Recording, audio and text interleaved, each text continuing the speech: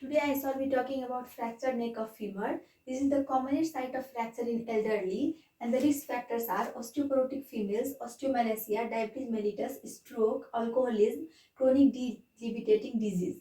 Mechanism of injury. In adults, there is history of trivial trauma like catching toe in the carpet, slip or fall in the bathroom.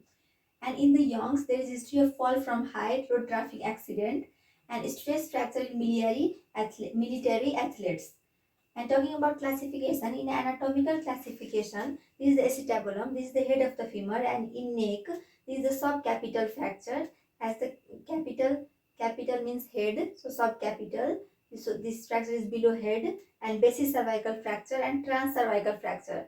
And what is the importance of anatomical classification? It is that the proximal the fracture, poorer the prognosis.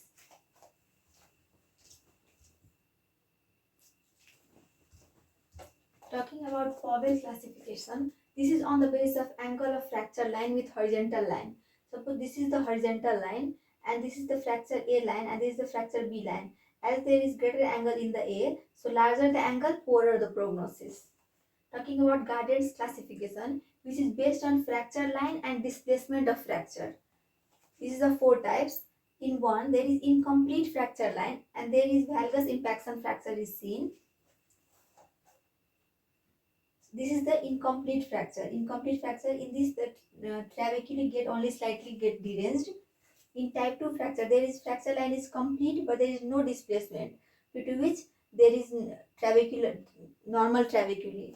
Trabeculae do not get deranged.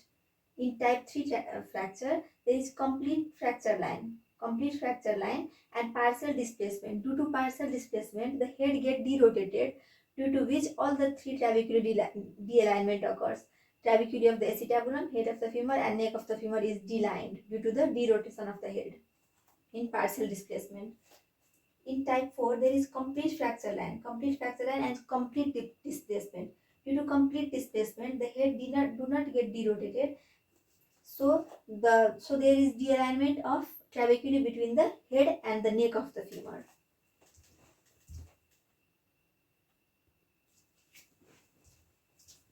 Talking about treatment, neck of femur fracture is an orthopedic emergency and this needs to be reduced and fixed within 24 hours.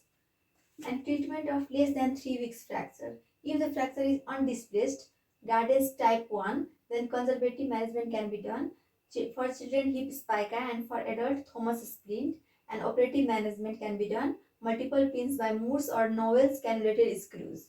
If the fracture is displaced, means Gardner's type 3 and type 4, and if the age is less than 60 years, patient is of age less than 60 years, then close reduction under image intensifier.